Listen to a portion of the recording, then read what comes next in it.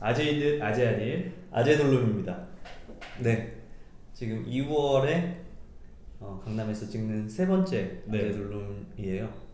세 번째 이야기의 주제는 올해 있을 4월 총선에 관한 이야기입니다. 총선이 언제죠? 4월 15일입니다. 네, 4월 15일이라고 하네요. 총선 혹시나 모르시는 분들이 있을까 봐. 총선은 뭐 하는 선거죠? 국회의원들 뽑는 선거죠. 지방 국회의원들. 네. 의원 선거죠. 네. 국회의원 선거를 하게 됐는데 어떠세요? 선거를 어떻게 해야 될지 모르겠네요. 딱히 마음에 가는 네.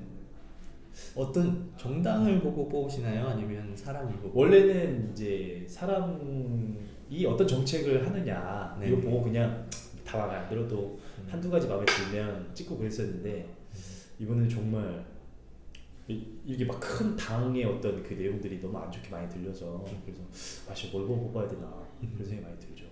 그렇죠. 네.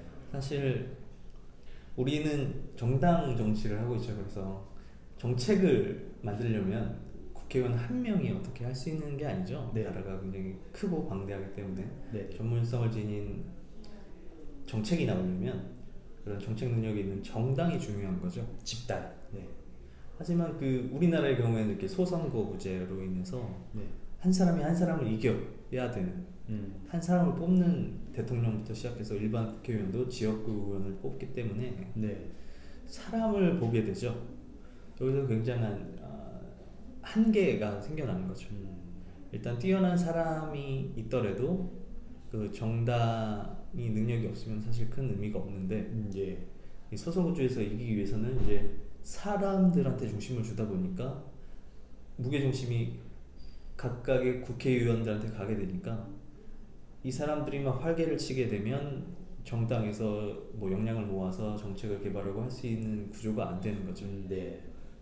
우선순위에서 점점 정책이 중요한 게 아니라 우리가 이러이러한 유명한 사람들을 보유하는 게 중요해진 거죠. 네. 그게 매 선거권에서 쉽게 드러나는 이유에 누구누구를 영입했다라는 영입 전쟁을 하게 되죠. 선거를 앞두고. 맞아요. 특히 지역구는 이미 지역구를 갖고 있는 기존 국회의원들한테서 뺏어올 수가 없으니까 비례대표를 위해서 비례대표 우선순위에 굉장히 유명한 사람 혹은 사람들의 감성을 자극해서 사람들의 표를 얻어낼 수 있는 사람들을 이제 영입하는 전쟁이 일어나죠. 뭐 불우하게 자랐던 사람이라는 둥 아니면 착한 일을 많이 한 사람이라는 둥 아니면 성공한 기업가라는 둥 사실 정치적인 역량은 관계가 없죠. 당연히 관계가 없을 수밖에 없죠. 일개 개인으로서는 할 수 있는 일이 아니라고 이미 말씀을 드렸기 때문에. 맞아요. 네. 하지만 여기에 열을 쏟는 이유는 정당과 정책을 보지 않는 선거를 계속 해오고 있기 때문이죠. 맞아요. 그래서 이게 참 여전히 계속되고 있는 비극의 원인 중에 하나라고 봐요. 하지만 이미 선거는 코앞에 왔습니다.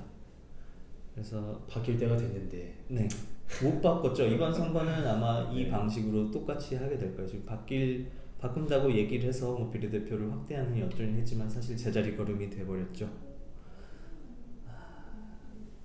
그런 상황, 이렇게 바뀐 것은 없고 우리가 국민들이 촛불을 들어서 박근혜 대통령을 쫓고 새로운 대통령이 들어서고 그 국민들의 열망으로 헌법을 고쳐서 선거법을 개정한다는 움직임이 형식적으로 있었고 그 결과가 굉장히 형식적이고 무의미한 거의 없는 변화가 없는 비례대표제 개선 계약 아무튼 바꾸는 결과가 나와버렸습니다. 이 상황에서 이제 선거를 해야 되고요. 게다가 오늘 제가 말씀드리고 싶은 거는 굉장히 불편한 얘기입니다. 들으시는 분들도 불편하겠지만 말씀드리는 저도 굉장히 좀 불편한 이야기예요. 왜냐하면 촛불 이후에 박근혜 대통령이 퇴진을 하고 지금 감옥에 가 있죠. 그리고 문재인 정권이 들어섰습니다. 그 다음에 문재인 정권의 정책 실패들을 계속 저희가 지적하고 비판하고 있었어요. 이게 처음에는 촛불로 일궈낸 정권이기 때문에 많은 분들이 감정이입을 해주시고 지지를 했지만 네. 실정이 계속되다 보니까 점점 이제 상황 파악을 있는 그대로 하게 되는 분들이 늘어나는 상황인 것 같긴 해요. 문제는 지금 문재인 정권의 뭐 소득주도 성장이라고 하는 네네. 경제적 정책 실패, 네. 그리고 조국 사태로 볼 수 있는 부도덕. 기존의 박근혜 정권, 이명박 정권 기존의 정권들과 다르지 않은 부도덕한 비리, 권력형 비리들을 보면서 얘네도 나쁘구나라는 생각을 이제라도 하시는 분들이 늘어난 건 사실은 불행 중 다행이라고 보는데, 문제는 그렇다고 기존의 이명박 박근혜, 지금 뭐 자한당 그쪽으로 표를 주기에는 마음이 선뜻 결정하기 어렵다라는 거죠. 거기도 취향이고 여기도 취향이고. 그게 대한민국의 현실입니다. 비극이죠. 네. 그래서 이런 상황에서 이제 선거는 다가왔어요. 그래서 어떻게 해야 될까를 저부터 고민을 하고 많은 분들이 고민을 하고 있는데, 제가 드리고 싶은 방법은 이겁니다.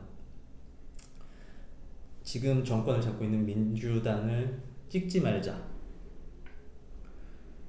기존에는 감정적인 이입을 지지를 하지 않던 민주당을 지지하지 않더라도 지금 박근혜 정권의 국정농단 경험을 바탕으로, 아니면 그 전부터 이어온 이런 불법적인 권력형 비리를 지속해왔던 집단이 자한당, 기존에 한나라당, 새누리당 계열이라는 걸 아시는 분들은 그래도 얘네보다 민주당이 낫겠지라는 생각이었을 거라고 봅니다. 그래서 우리가 많이 여러 번 들었던 게 최악이 아닌 차악을 뽑는 거다 라고 했었을 텐데, 지금 상황으로서는 이제 최악 차악이 아니라 둘 다 최악이 돼버린 거죠. 네.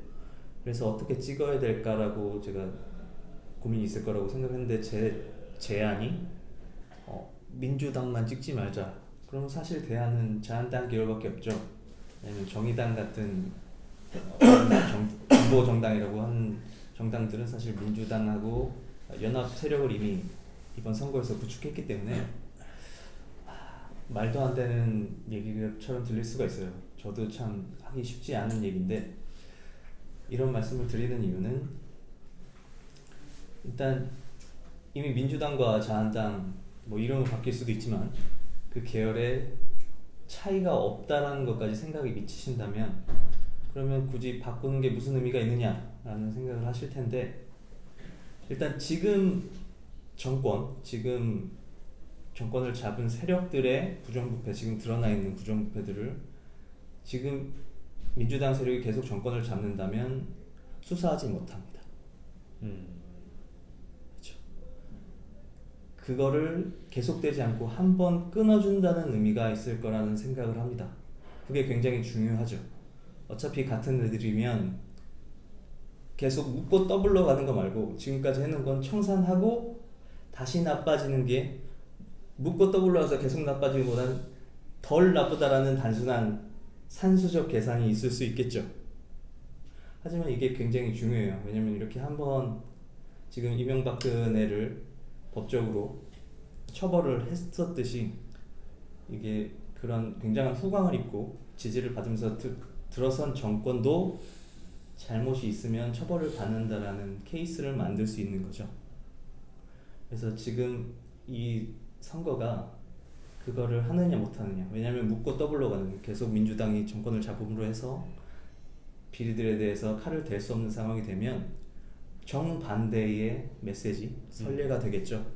일단 정권만 계속 유지할 수만 있다면 더러운 짓을 다 덮을 수 있다. 권력이란 그런 거다라는 선례가 될 수 있게 되겠죠. 그런 의미구나.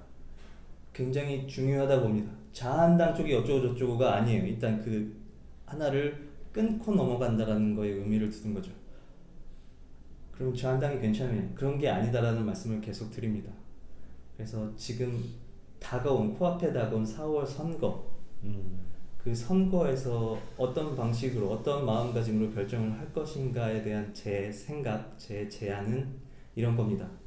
대안이 없는 상황에서도 뭔가 의미를 가진 선거, 투표권 행사를 할 수 있지 않을까. 그러기 위해서는 일단 기권을 하는 건 큰 도움은 되지 않을 것 같고, 각 지역구가 있을 거예요.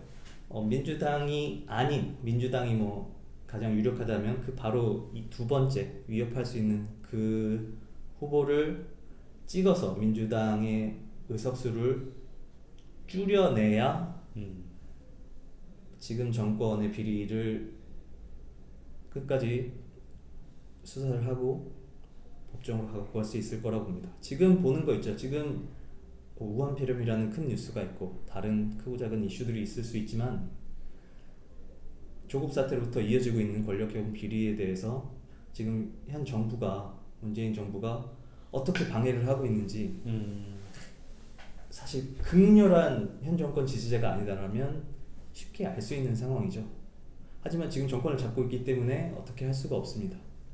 거기서 그 흐름을, 고리를 한번 끊어내는 거에 대한 의미를 두어야 되는, 슬프지만 미래에 대한 생각은 할 수 없어요. 굉장히 불행이죠. 하지만 그거를 한번 끊어낸다라는 의미를 두고 해야 되는 선거라고 생각하고 있습니다.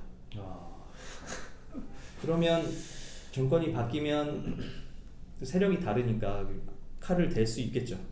하지만 계속 말씀드린 것처럼 그 대척점에 있는, 이명박근혜 때 민주당이 대척점에 있어서 반사 이익으로 됐지만, 지금 만약에 제가 드리는 제안이 효과가 있어서 지금 문재인 정권의 실패로 인해서, 잘못으로 인해서 반사 이익을 받고 다시 자한당 쪽으로 권력이 넘어가면 이 비극이 계속되는 거죠.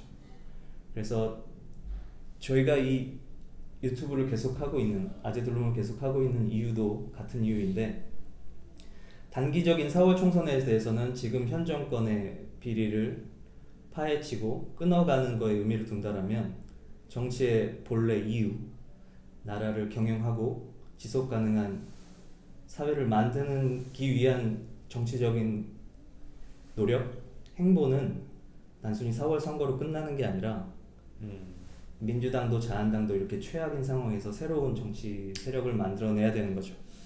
그거는 4월 총선으로 할 수 있는 게 아니고 지금부터 결과가 나올 때까지 일반 국민들이 참여해서 정치 세력을 물갈이하는 수밖에 없습니다. 그걸 하기 위해서 저희가 이걸 하고 있는 거고, 저희가 계속 말씀드리고 있는 이순신 프로젝트가 그거를 준비하는 저희들이 하고 있는 운동입니다. 만약에 제 이야기가 조금 상식적이라고 생각하신다면, 생각하고 있는, 느끼고 있는 한국의 상황이 제가 말씀드릴 것과 다르지 않다라면 꼭 한번 이순신 프로젝트를 검색해 주셔서 한번 알아보시고, 참여하는 방법이 굉장히 쉽습니다. 한번 참여를 해주셨으면 좋겠습니다. 이렇게 4월 총선에 대한 저의 제안을 마무리 짓도록 하겠습니다. 고맙습니다. 고맙습니다.